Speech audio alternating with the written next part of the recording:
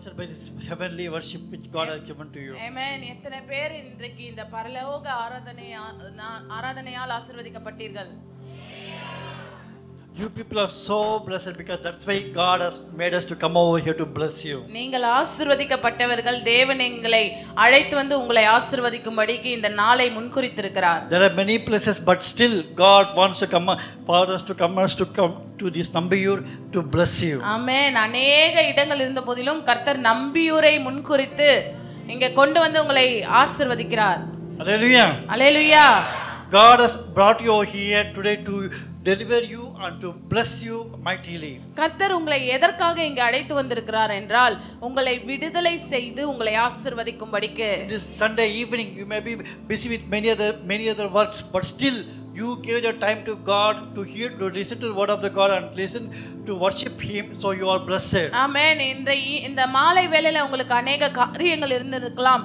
ஆனால் தேவனுடைய வார்த்தைக்கும் தேவனுடைய சமூகத்திற்கும் முக்கியத்துவம் கொடுத்து வந்திருக்கிற உங்களை நிச்சயமாய் கர்த்தர் ஆசீர்வதிப்பார். Hallelujah. Hallelujah. Today I want to speak about the pathway for blessings. நான் இன்றைக்கு ஆசீர்வாதத்திற்கான வழியை பற்றி பேச விரும்புகிறேன். You have been praying a lot for a blessing, but still you say that I have been praying but I don't see the fruits. ஆமென். अनेक நாட்களாக நீங்கள் ஜெபித்துக் கொண்டிருக்கிறீர்கள். நான் ஜெபிக்கிறேன் ஆனால் அதனுடைய பலனை நான் பார்க்க முடியவில்லையே என்று நீங்கள் கேட்கிறீர்கள். I have been seeking, I have been asking but nothing has happened. நான் ஆண்டவரை தேடுகிறேன், ஆண்டவரை கேட்கிறேன் ஆனால் எனக்கு ஒன்றுமே நடக்கவில்லையே என்கிறீர்கள். Why it didn't happen? ஏன் இது நடக்கவில்லை? Because God has a time for everything to fulfill it. தேவன் அதனதன் காலத்தில் சகலவற்றையும் செய்து முடிக்கிறவராய் இருக்கிறார். God is preparing you for the blessings which is already prepared for you. ஆண்டவர் உங்களை ஆயத்தம் படுத்தி கொண்டிருக்கிறார். அவர் ஆயத்தம் பண்ணினவைகளை பெற்றுக்கொள்ளும்படிக்கு. He is training you for the blessing because when you go over there, when you receive that blessings, you need to know how to use this blessing. ஆமென். அவர் ஆயத்தம் பண்ணினவைகளை பெற்றுக்கொண்டு அதை அனுபவிப்பதற்கு கர்த்தர் உங்களை பயிற்றுவித்துக் கொண்டிருக்கிறார். But still the delay is happening is because you didn't pray and you didn't do the right thing to receive that blessing. ஏன் அந்த காரியம் நடக்கவில்லை என்றால் தேவன் என்ன காரியத்தை செய்ய விரும்புகிறாரோ எதை எப்படி ஜெபிக்க வேண்டும் என்று தெரியாமல் நீங்கள் தவித்துக் கொண்டிருக்கிறீர்கள். Without our knowledge we would have done some sinful works or we would have done something which God doesn't like to do. நமக்கே அறியாமல் நாம் சில காரியங்களில் சிக்கி தவித்துக் கொண்டிருக்கிறோம். தேவனுக்கு பிரியமில்லாதவைகளை செய்கிறோம். Because in today's world you can see that everywhere something sinful or some curses are already there for you to fall into trap which the devil has made for you. இந்த உலகத்துல अनेक பாவங்கள் இருக்கிறது, अनेक சாபங்கள் இங்க இருக்கிறது. நாம் அதிலே சிக்கி கொள்ளுகிறோம். Without our knowledge we know that it is bad for us, but still without our knowledge we fall trap into this sin. அவன் மறைவாக வைக்கப்பட்ட கண்ணியில பிசாசு நம்மை மாட்டிவிட பார்க்கிறான். Because we sometimes think that I need to please this person, so then only I will be blessed. So when we are pleasing the man we are falling into the trap. மனுஷனை பிரியப்படுத்துவது நமக்கே கண்ணியாக மாறிவிடும். So when you want to seek the blessings, the first prayer you need to pray is for the repentance prayer. நீங்க முதலாவது ஆசீர்வாதத்தை பெற்றுக்கொள்ள வேண்டுமானால் நீங்கள் மனம் திரும்புதலுக்கு ஏதுவான ஜெபத்தை செய்ய வேண்டும். The repentance prayer is the most powerful prayer before you seek for a blessing. நீங்க மனம் திரும்புதலுக்கான ஜெபம் வல்லமையான ஒரு ஜெபம். The more hardest prayer is the repentance prayer. We can pray other prayers very easily, but one thing is when our heart will not allow you to seek for the repentance. ஆமென். ஆனா நம்மளால अनेक ஜெபங்கள் ஜெபிக்க முடியும்.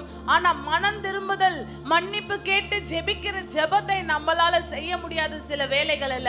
Repentance, to ask for repentance, it's very hard. மன்னிப்பு கேட்பது ரொம்ப கடினம். Let us turn our Bible to Psalm 6. நாம சங்கீதம் 6வது சங்கீதத்துக்கு நேராக Let's read from Psalm 6 1-3. 6ஆம் சங்கீதம் 1 - 3 வரை படிக்க போகிறோம். கர்த்தாவே உம்முடைய கோபத்திலே என்னை கடிந்து கொள்ளாதேயும், உம்முடைய உக்கிரத்திலே என்னை தண்டியாதேயும். என் மேல் இரக்கமாயிரும் கர்த்தாவே. நான் பலனற்று போனேன், என்னை குணமாக்கும் கர்த்தாவே. என் எலும்புகள் நடுங்குகிறது, என் ஆத்துமா மிகவும் வியாகுலப்படுகிறது. கர்த்தாவே எதுவரைக்கும் இறங்காதிருப்பீர். Here we can see that David is pouring his sorrowful heart to God, saying that I have done a sinful work. Please, I am pouring my heart to ask for a repentance. இங்க தாவீது தம்முடைய வருத்தத்தை தேவனுக்கு தெரிவிக்கிறார். ஆண்டவரே, நான் பாவம் செய்தேன், நான் பாவத்தின் வலியை என்னுடைய இருதயத்தில் இருக்கிறத தன் தேவனுக்கு முன்பாக ஊற்றுகிறார். When we read Psalm 6, I know that you have read Psalm 6 before. Psalm 6 has three parts. The first thing is sorrowful, second is supplication, and third is success. ஆமென். நீங்க சங்கீதம் ஆறாம் சங்கீதத்தை அநேக நாட்கள் வாசித்திருப்பீங்க, எனக்கு தெரியும். ஆனா அதுல 3 பகுதியாக இங்கே பார்க்கிறோம். முதலாவது அவன் வருந்துகிறான், மன்னிப்பு கேட்டு வருந்தி ஜெபிக்கிறான். இரண்டாவது அவன் விண்ணப்பத்தை கேட்கிறான், அவனுடைய வேண்டுதலை சொல்லுகிறான். மூன்றாவது அவன் வெற்றியை பெற்றுக்கொள்கிறான். Here the first 3 verses it says that he is pouring his sorrowfulness. Lord, I fall trapped to the devil's thing. My heart is paining. I did this sin without my knowledge. ஆண்டவரே, நான் பாவத்துல விழுந்து விட்டேன், பிசாசின் கண்ணில அகப்பட்டு விட்டேன், இதிலிருந்து என்னை தப்புவியும் என்று சொல்லி அவன் ஜெபிக்கிறான். The devil uses your eyes or your ears or your mouth to fall into the sin. பிசாசு நம்மளுடைய கண்களையும் காதுகளையும் வாய்களையும் பயன்படுத்துகிறான் நாம் சத்துருவின் கண்ணிலே விழுவதற்கு. Because these 3 are the important things which the devil try to deviate you from the God's path and fall into the trap. இந்த 3 காரியங்கள், கண்கள், காதுகள், வாய்கள், நாம் தேவனுடைய பாதையிலிருந்து நம்மை வழி தப்ப செய்யும். We need to be very careful what we see, what we hear and what we speak. நாம் மிகவும் ஜாக்கிரதையாக இருக்க வேண்டும். நாம் எதை பார்க்கிறோம், எதை கேட்கிறோம், எதை பேசுகிறோம் என்று சொல்லி. Because the devil is always show some beautiful things that come, this is very beautiful, come, and it will make you to fall into the trap. பிசாசு அழக மாதிரி இருக்கிற சில காரியங்களை, சௌந்தரியமான காரியங்களை காண்பிப்பான். ஆனால் அது நமக்கு கண்ணியாய் இருக்கும். So here also for David, the devil used his eyes to show that, oh, this is beautiful, and he fall into a trap, and today he is crying saying that, Lord, I did with my sorrowness I ask for repentance. பிசாசு இதே மாதிரி தான் தாவீதினுடைய கண்களை அவன் சிதறடிக்க வைத்தான், பாவத்தில் அவன் சிக்கிக்கொள்ளும்படிக்கு. ஆனால் அவன் இந்த இடத்துல பேசுகிறான், ஐயோ, நான் பாவத்தில் அகப்பட்டு கொண்டேன் அப்படி என்று சொல்லி அவன் மன வருத்தப்பட்டு தன் இருதயத்தின் வருத்தத்தை தேவனிடத்தில் ஊற்றுகிறான். After pouring out the sorrowfulness, now when we read the chapter verse 4 and 5, we see that he is asking for the mercy. ஆமென். அவனுடைய வருத்தத்தை தேவனிடத்தில் ஊற்றின பிறகு அவன் தேவனிடத்தில் தயவையும் இரக்கத்தையும் கேட்கிறான். திரும்பும் கர்த்தாவே, என் ஆத்துமாவை விடுவியும், உம்முடைய கிருபை நிமித்தம் என்னை ரட்சியும். மரணத்தில் உம்மை நினைவு கூறுவதில்லை, பாதாளத்தில் உம்மை துதிப்பவன் யார்? So here we can see that David is asking for mercy.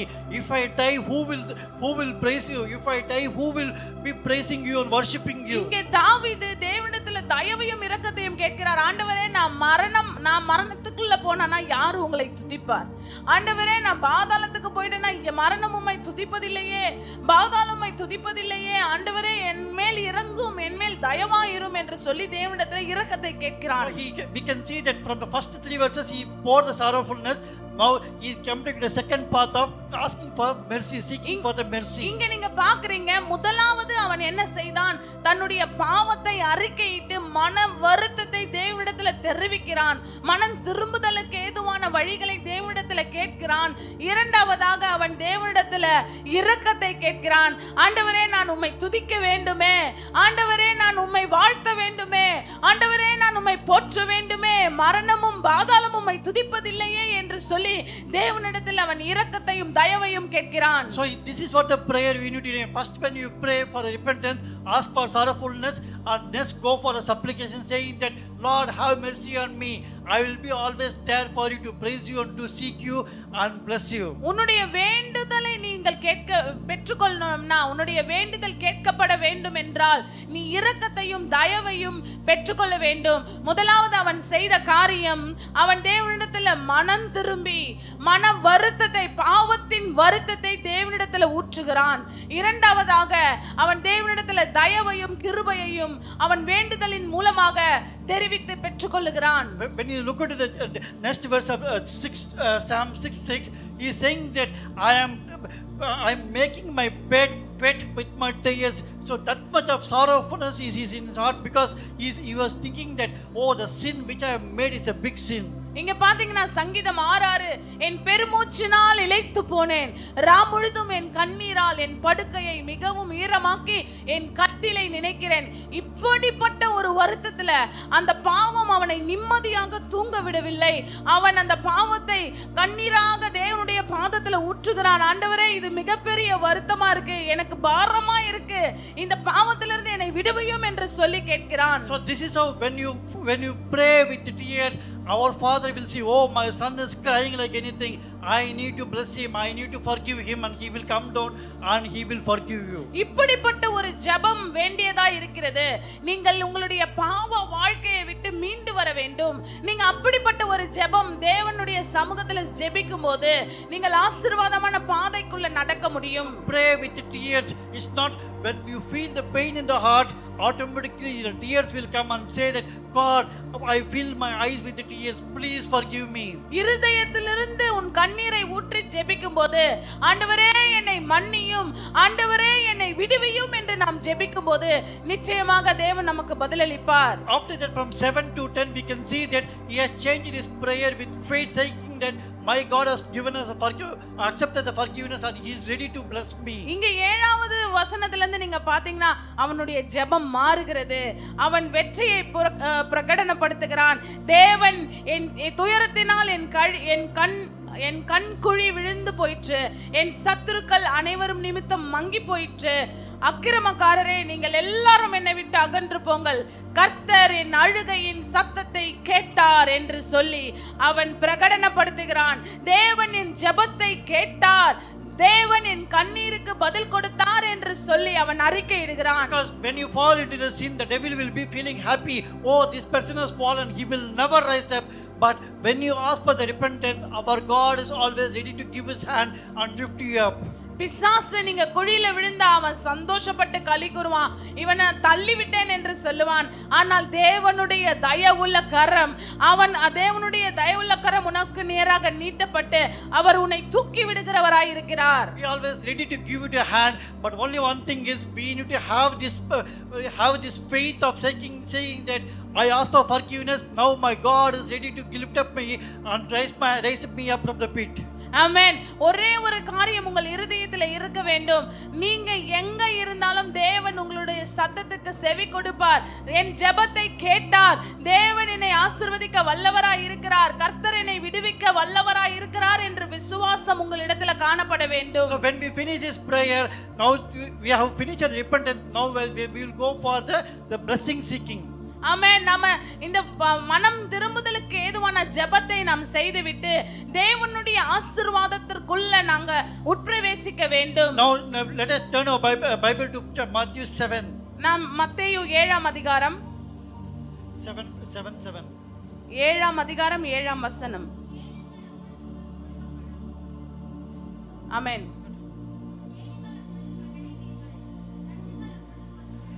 So here God is asking that once you finish your repentance prayer, he has already gave you a hand to lift you up.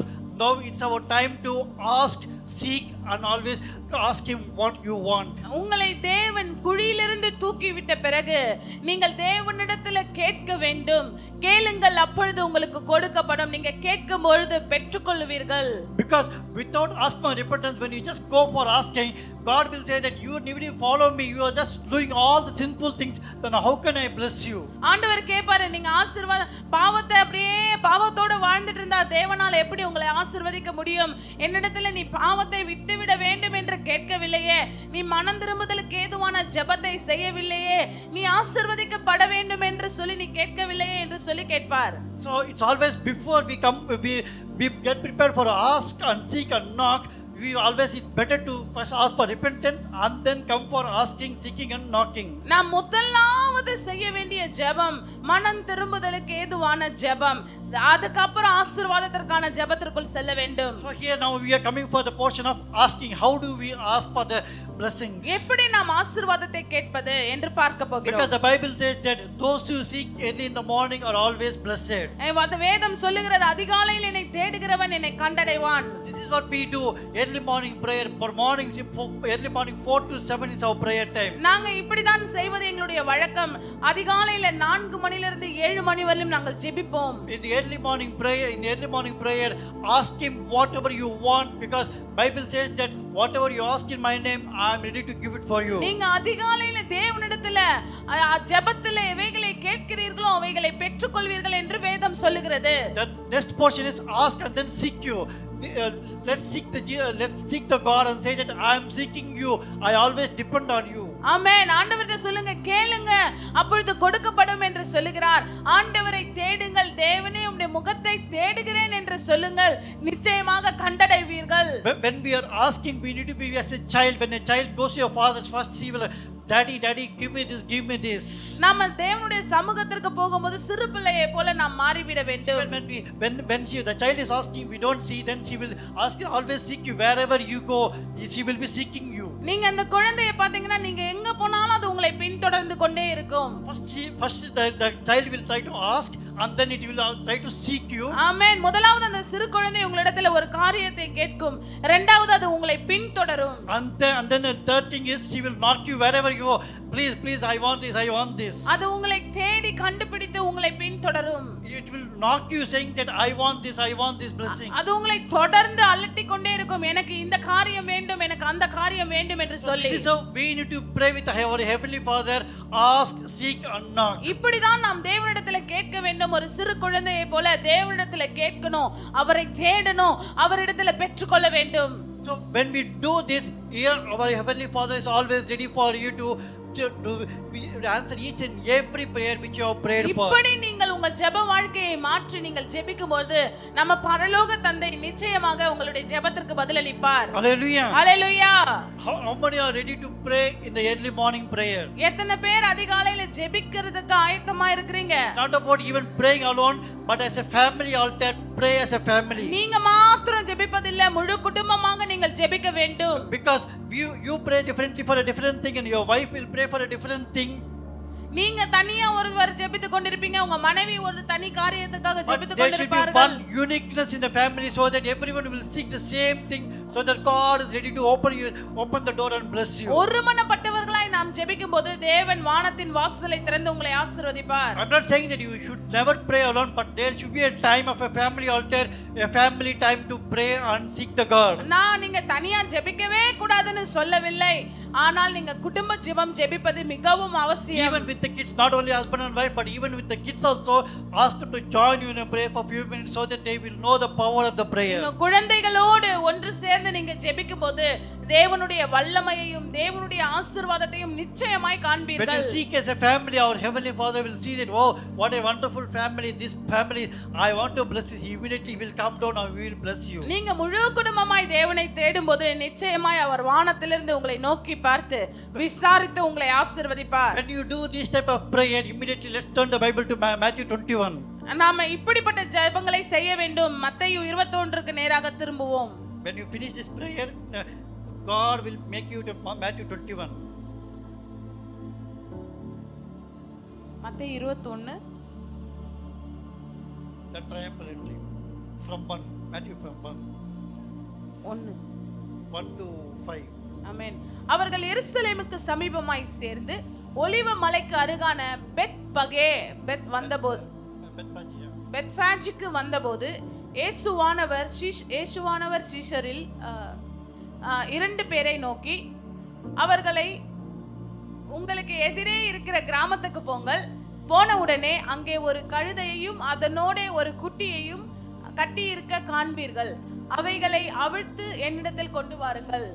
Here God, when Jesus came to Bethphage to go to Jerusalem, he is asking his disciples to get a donkey for him. இங்க நீங்க பாத்தீங்கன்னா இயேசு பெத்பாஜி, அங்கதான் எங்க வீடு இருக்கு, பெத்ஃபேஜில் இருந்து அந்த எருசலேமுக்கு போறதுக்கு ஒரு கழுதை குட்டியை கேட்கிறார். So the disciples go and get a donkey for him.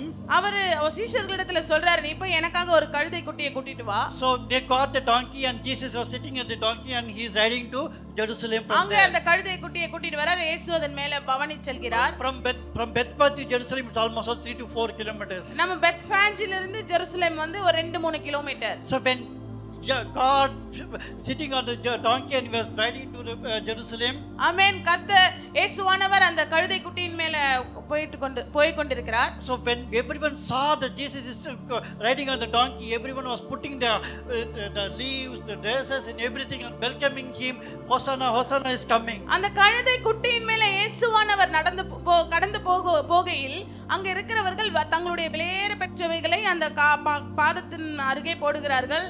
அவர்களுடைய அந்த palm sleeves போடுகிறார்கள். Now you are thinking, where is the connection between my prayer and this donkey? இது நீங்க நினைக்கிறீங்க இதுக்கும் என்னோட ஜெபத்துக்கும் என்ன கனெக்ஷன் இருக்கு, என்ன தொடர்பு இருக்கு? God wants to become like a donkey. When he call you, immediately you should be ready to come to him and he will use you mightily. ஆமென். ஆண்டவர் ஒரு கழுதையை முதலாவது சொன்னார் சிறு குழந்தையை போல மாற வேண்டும். இரண்டாவது கர்த்தர் உங்களை பயன்படுத்த வேண்டுமென்றால் கர்த்தர் உங்களை ஆசீர்வதிக்க வேண்டுமென்றால் நீங்கள் அந்த கழுதையை போல மாறிவிட வேண்டும். So because until that everyone was seeing the donkey as just a donkey, but when Jesus was sitting on the donkey, everyone was talking, wow, what a wonderful donkey it is. ஆமென். அந்த கழுதை அங்க சாதாரணமா கட்டி இருக்கும்போது அது ஒரு சாதாரண கழுதையாக இருந்தது. ஆனால் அந்த கழுதையின் மேல இயேசு பவனி செய்யும் பொழுது அந்த கழுதைக்கு இருக்கிற வரவேற்பை பாருங்க. So even the donkey was thinking, all these days I was just sitting alone in a small place, but today when I was walking in this road, everyone is welcoming me, putting all the dress and all the palm leaves and everything. அந்த கழுதை கூட நினைச்சிருக்கோம், நம்ம ஒரு ஓரமா இருந்தபோது யாருமே நம்மளை கண்டுக்கலையே, இன்னைக்கு மட்டும் ஏன் எல்லாரும் நமக்கு விலையேற பெற்ற காரியங்களை நம்ம காலுக்கு போடுறாங்க நடந்து போறதுக்கு என்று யோசித்து இருக்கும். But no one knows that donkey made have prayed that God use me mightily.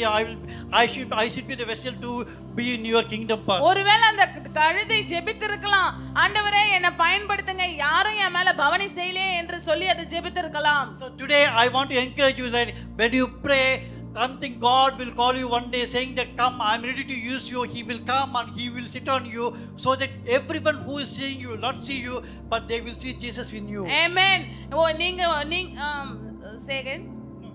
You have to say like a little bit.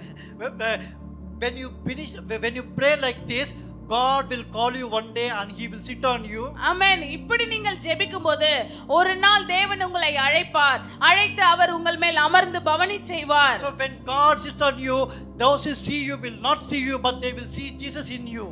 தேவன் இயேசு அந்த கழுதையின் மேல் பவனி செய்யும்போது அவர்கள் உங்களை பார்க்க மாட்டார்கள், அந்த கழுதையை பார்க்க மாட்டார்கள், இயேசுவை மாத்திரம் பார்ப்பார்கள். They will say that, oh, this person I saw him number in this corner but today there is something different in him.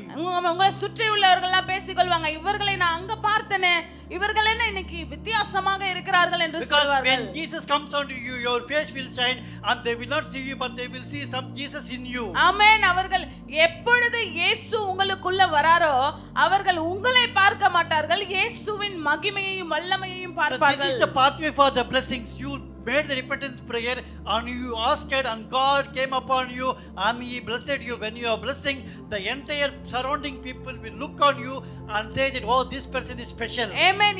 இதுவே ஆசீர்வாதத்திற்கான வழி.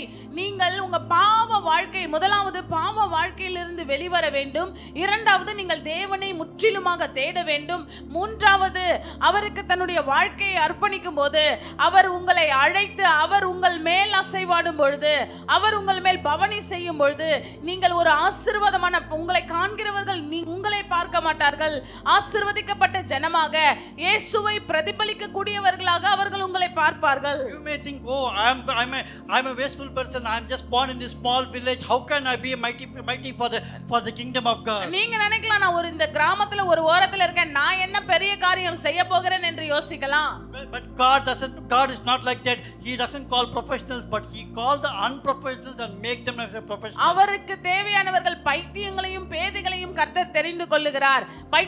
ஞானிகளை வெட்கப்படுத்தும்படிக்கு பைத்தியமானவைகளை தெரிந்து கொண்டு அவர் ஆசீர்வதிப்பார். So when you pray over here, wherever you are, when you pray, God will call you and He will come upon you. And so those who see you, they will say that, wow, this person is mightily blessed. I want to be like that. நீங்க இன்றைக்கு ஜெபிக்கும்போது ஆண்டவர் உங்களை எடுத்து பயன்படுத்துவார். உங்களை சுற்றியுள்ள கண்கள் பார்க்கும், எப்படி இவர்கள் ஆசீர்வதிக்கப்பட்டிருக்கிறார்கள் என்று சொல்லி அவர்கள் ஆச்சரியமாய் உங்களை They will பார்ப்பார்கள். see the difference in you. Oh, this person was like this, but today there is something different in it. I want to be like that. அவர்கள் ஒரு வித்தியாசத்தை உங்களுக்குள்ள பார்ப்பார்கள். இவர்கள் எப்படி இப்படியா இவ்விதமாய் ஆசீர்வதிக்கப்பட்டிருக்கிறார்கள், எனக்கு அப்படிப்பட்ட வாழ்க்கையும் ஜீவியமும் வேணும் என்று சொல்லி அவர்கள் உங்களிடத்தில் வருவார்கள். You can say that it's not by my prayer but by my Jesus alone who is shining my face upon me. நீங்க அப்பொழுது சொல்ல வேண்டும், இது என்னுடைய பலத்தினால் அல்ல, என்னுடைய பராக்கிரமத்தினால் அல்ல, தேவனுடைய கிருபையே, தேவனுடைய ஈவே என்று சொல்லி நீங்கள் சொல்ல வேண்டும். Hallelujah. Hallelujah. Even I was like this, I never know who Jesus is, but today Jesus is with me. So that's why wherever I go, God is using me. என்னையும் இப்படிதான் தேவன் ஒரு காலத்திற்கு முன்பாக எனக்கு இயேசு யார் என்று தெரியாது, இயேசு என்னை அறிந்து கொண்டார், நான் இயேசுவை ஏற்றுக்கொண்டேன், இன்றைக்கு நான் இயேசுவோடு வாழ்கிறேன், கர்த்தர் என்னை பயன்படுத்தி வருகிறார். When Jesus is within you, wherever you go, whatever you do, it will prosper. உங்களோடு இயேசு இருக்கும் பொழுது, உங்களுக்குள்ள இயேசு இருக்கும் பொழுது, நீங்கள் என்ன செய்தாலும் எங்க போனாலும் நீங்கள் ஆசீர்வதிக்கப்பட்ட ஜனமாய் இருப்பீர்கள். This is the power of the prayer. The more you pray, the God will come to you and He will use you mightily. ஆமென். இதுவே ஜெபத்தின் வல்லமை. நீங்கள் அதிகமாய் ஜெபிக்கும் பொழுது நிச்சயமாய் கர்த்தர் உங்களை ஆசீர்வதிப்பார். But make sure that whenever you pray, don't fall in the trap of the devil's trap. நீங்க நிச்சயமாய் ஒரு ஜாக்கிரதையாய் இருங்கள். ஜெபிக்கும் போது பிசாசின் கண்ணியில் விழுந்திடாதபடி நீங்கள் உங்களை பாதுகாத்துக் கொள்ள வேண்டும். Everywhere wherever you go, the devil is trying to deviate you from the God's blessing and say that I want to disturb this person so that he will not reach the goal. பிசாசு தேவன் உங்களுக்கு வைத்திருக்கிற ஆசீர்வாதத்தை அவர் ஆயத்தம் பண்ணினதை நீங்கள் பெற்றுக்கொள்ளாமல் இருக்க பல கண்ணிகளை அவன் கொண்டு வருவான். அதில் விழுந்திடாதபடிக்கு அவன் எவனை விழுங்கலாம் என்று வகை தேடி உங்களை சுற்றி திரிகிறான். நீங்கள் ஜாக்கிரதையாய் இருந்து ஜெபிக்க வேண்டும். Hallelujah. Hallelujah. So I always encourage you that seek the early morning prayer from morning 4 to 7 because that is the time. It's purely when in the early morning seek Him so that you will be blessed. Amen. நான் உங்களுக்கு உற்சாகப்படுத்த விரும்புகிறேன். அதிகாலையில ஜெபம் பண்ணுங்க. அதிகாலையில இருட்டோடு எழுந்து ஜெபம் பண்ணுங்க. நிச்சயமா கர்த்தர் உங்கள் ஜெபத்தை கேட்பார். And also I want to encourage you that bless the family in the morning prayer. When you finish your prayer, bless your wife, bless your kids, and the first thing you pronounce is blessings from your mouth. நான் இன்னொரு காரியத்தையும் சொல்ல விரும்புகிறேன். நீங்கள் கணவர் மனைவியை ஆசீர்வதிங்க, மனைவி கணவரை ஆசீர்வதிங்க, இரண்டு பேரும் சேர்ந்து உங்கள் பிள்ளைகளை ஆசீர்வதிங்க.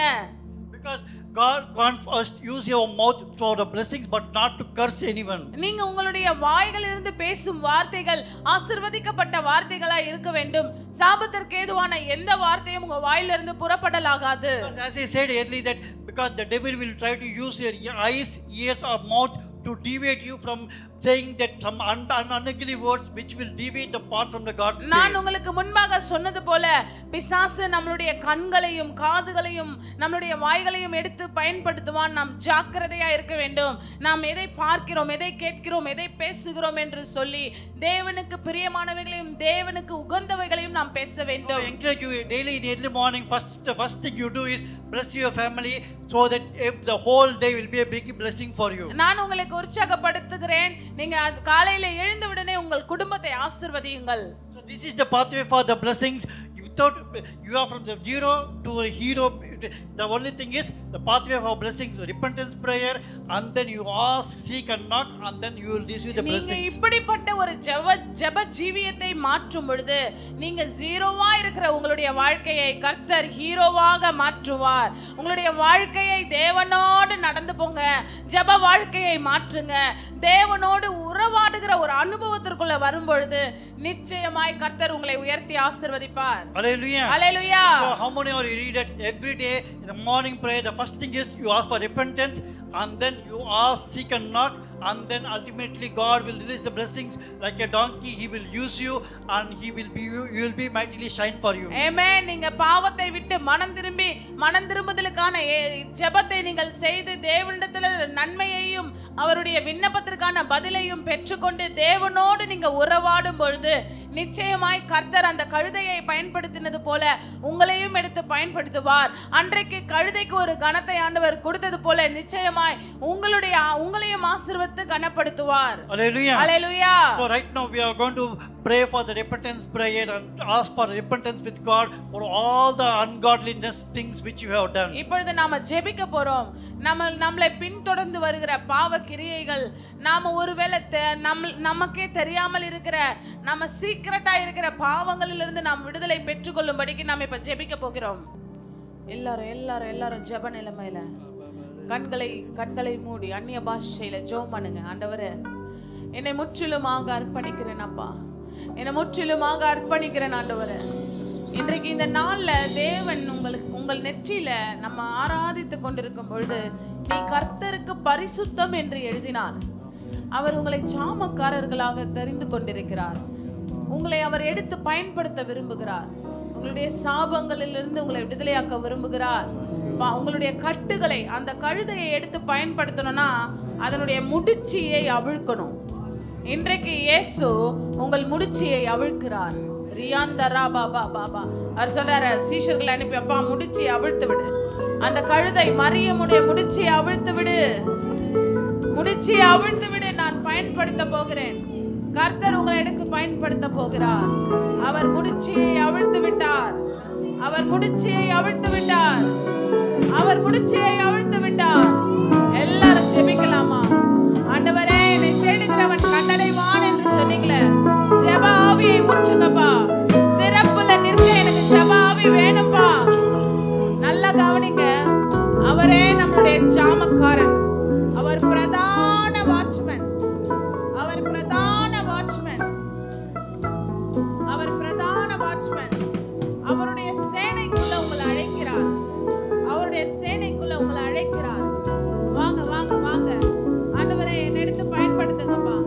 கழுதையை போல நான் என்ன அர்ப்பணிக்கிறேன்ப்பா. சிறு பிள்ளையை போல உங்களிடத்துல ஓடி வருகிறேன்ப்பா. எல்லாம் ஜெபம் பண்ணுங்க, அந்நிய பாஷையில பேசுங்க. அப்பா, என்னை எடுத்து பயன்படுத்துங்க. இந்த நாள்ல கர்த்தர் உங்களை தெரிந்து கொண்டார். முத்திரையை போடுகிறார். முடிச்சுகளை அவிழ்த்து விடுகிறார். உன்னை தொடர்ந்து வந்த தலைமுறை சாபங்கள், பாவங்கள் எல்லாவற்றிலிருந்தும் இயேசுவின் ரத்தத்தினால விடுதலை. இயேசுவின் ரத்தத்தினால விடுதலை.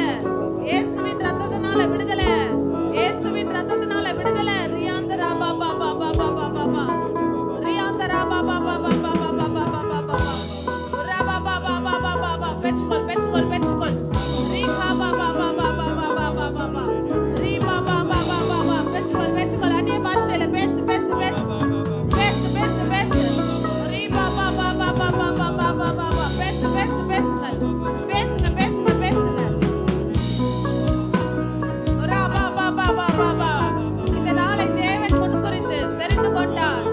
இன்றைய நாளை கர்த்தர் தந்திட்டார். சந்தரா பாபா பாபா பாபா பாபா.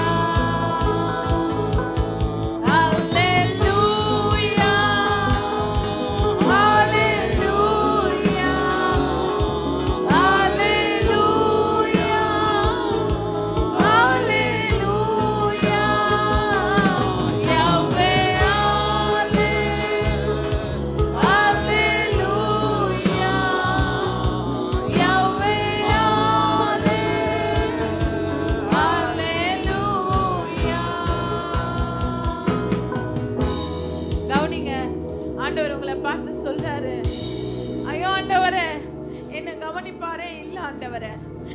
ஆண்டவரே, நான் எனக்கு வாழ்வதற்கான வழியே இல்லைன்னு நீங்க சொல்றீங்க. ஆண்டவர் உங்களை பார்த்து சொல்றாரு, உன்னை நான் பஞ்சத்திலையும் திருப்தியாக்குவேன் என்று சொல்லுகிறார். மகளே, நீ சுள்ளிய கடைசி சுள்ளி பொறுக்கிட்டு வந்து அப்பத்தை சுட்டு சாப்பிட்டு மடிந்து போலான்னு நினைக்காத. ஆண்டவர் சொல்றாரு, நான் உன்னை திருப்தியாக்குவேன். உன் கடனை அடைந்து தீர்த்து மட்டும் உன்னையுடைய எண்ணெய் குறைந்து போவதே இல்லைன்னு கர்த்தர் சொல்றாரு. நிரப்பிக்கொள், நிரப்பிக்கொள், நிரப்பிக்கொள். முதலாவது தேவனுடைய ராஜ்யத்தையும் நீதியும் தேடு, இந்த பூமிக்குரியவைகள் உனக்கு கூட கொடுக்கப்படும் என்று கர்த்தர் சொல்லுகிறார். தேவனை தேடு, தேவனை நாடு. தேவனுக்குரிய ராஜ்யத்திற்குரியவைகளை நாடி தேடும் பொழுது இந்த பூமிக்குரியவைகள் உன்னை கூட கொடுக்கப்படும். நீ கேட்பதற்கும் மேல கிரகிக்க முடியாத அளவிற்கு காரியத்தை செய்வேன் என்று கர்த்தர் சொல்லுகிறார். நீ கைவிடப்பட்டவள் அல்ல, நீ கைவிடப்பட்டவன் அல்ல. அநேகர் ஜெபிக்கிறீங்க, நான் எதை செய்தாலும் அது வாய்க்கவே மாட்டேங்கிறதே ஆண்டவரே, என் வாழ்க்கையில ஒரு விடுதலையே இல்லையே என்று சொல்றீங்க. இன்றைக்கு கர்த்தர் உங்களை விடுவித்திருக்கிறார்.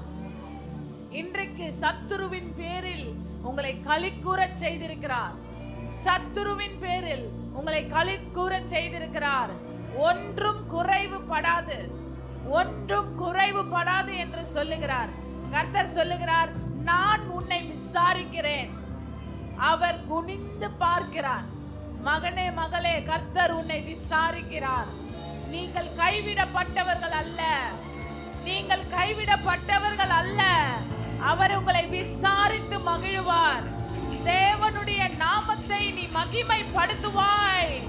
இவ்விதமாய் கர்த்தரை தேடுகிற ஜனம், கர்த்தரை தேடுகிற ஜனம் இவ்விதமாய் ஆசீர்வதிக்கப்படும் என்று சொல்லும்படி அவ்விதமாய் உன்னை ஆசீர்வதிப்பார்.